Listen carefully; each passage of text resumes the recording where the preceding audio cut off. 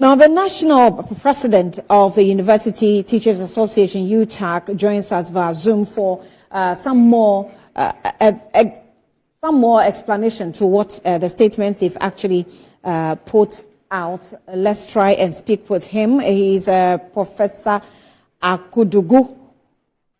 Prof, thank you for your time. You're welcome to Newsbeat. Good afternoon.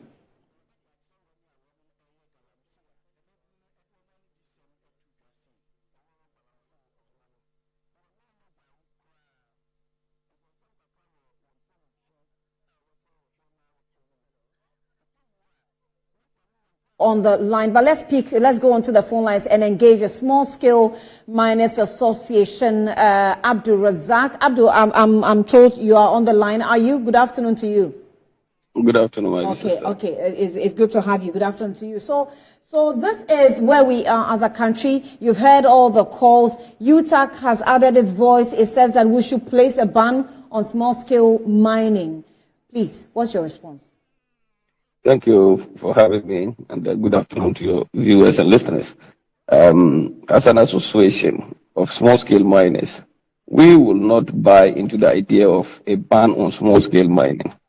The reason being that there was a ban in 2017 for 2 good years, and government promised to fix the sector and make sure that things go on well.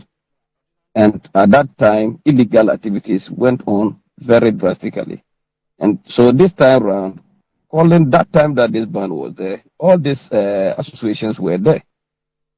We did not see what they've helped to solve this problem. Government it shouldn't be discriminatory. If they are talking of a total ban on mining in general, then it will be a different conversation altogether. But to be discriminating, saying small scale mining is not an illegal activity. When we talk of illegal, something which is illegal is illegal. If we are using Razak, would you have a mining concession? Did I do what? Do you have a mining concession? Exactly. Where is your mining concession? My mining concession is at the Kurupe in Bole. Say again? The Kurupe in Bole district. It's in Bole? Yes. Right. Where you've been mining, do you have other colleagues around you? Oh, yes, I have other colleagues, but we are not into alluvial mining or surface mining, those things. It's underground, and we've been there for more than 30 years now. So it is the Kurupe concept that brought an idea, where some of us brought an idea of community mining model. So it is not. Can you describe to me how the environment where your mining concession and your colleagues are? How is the environment? Describe it to me. We want to understand how your work is going. You see, around that area, Enclave, for instance, we are even looking for water because we have to even drill water to be using it for our processes, our processing of our gold. Or that area, for instance, there's been coexistence between farming and mining because the land that we are occupying is just 13 acres and we've been on that land since 1994. This is the time that we applied for another 2 concessions, which made it around about 75 acre of land. And within that period, that area, that enclave, we are still there till date, which the community and everybody, we are all working in this. What we do is that we make sure that we have the extractive site where we go and take the ore out.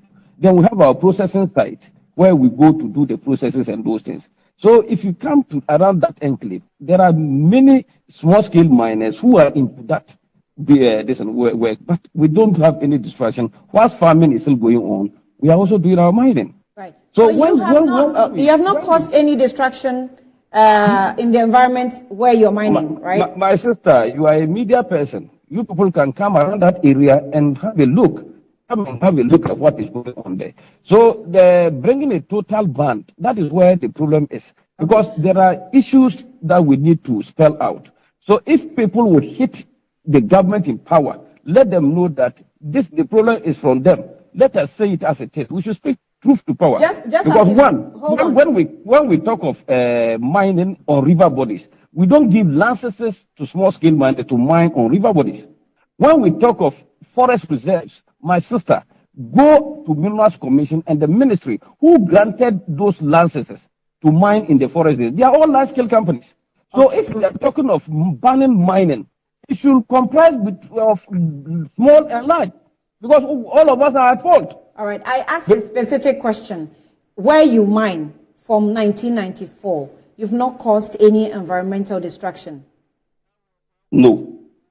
So if my cameras come there now, we won't see that you have distracted the environment for some time and you have not actually tried to regain the land that has been destroyed. You've not done that. I said, I've told you, listen, you go to just give me the answer. Don't worry about us. Those answers, I'm saying that sometimes, are you interviewing me generality, or you want to know where I work? And I'm telling you that where I work, I've shown you. So send your cameras there and see the type of mining we are doing there. The reason I'm asking you this is that we have sent our cameras to other small-scale mining sites. And there are sites that are not destructive. I can show you some of the videos we have in our, videos bank. We've seen some of the small-scale mining activities that do not destruct the environment. So I want to understand from your side if you also fall within the same category. So we know when we are communicating about this issue, we know how to put it. That's why I'm asking you, so you give me direct answers. I haven't been to your site, so I do not know. So if you give me the answer that you have not distracted the environment, that's fine. We'll take it, and then we'll check on that later. My sister, I told you that go to Bole district. We have only 4 licenses there, small-scale licenses. 2 are in Tenga, 2 are in the Gruppe. Send your cameras and see the type of mining which is going on, so that you understand what I'm talking about. Okay, but do you appreciate those who are actually causing this danger to the whole country? Do you appreciate it? It is giving me sleepless night as a person, because the distraction and what is going on, we are not all happy. But here is the case. As an association, we try to push to make sure that this distraction will stop. But let's ask ourselves, the people in authority, are they doing the right thing?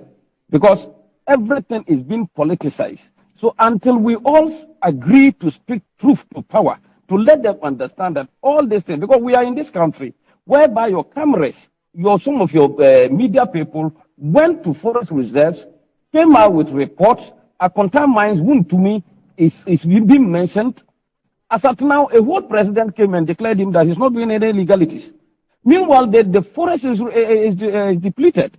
We are here, Frimpong Boateng came out with a report, mentioned names, what has happened. Erastus went around, mentioned Alaska and what all they are mining, or they are all large-scale companies. They are never small-scale.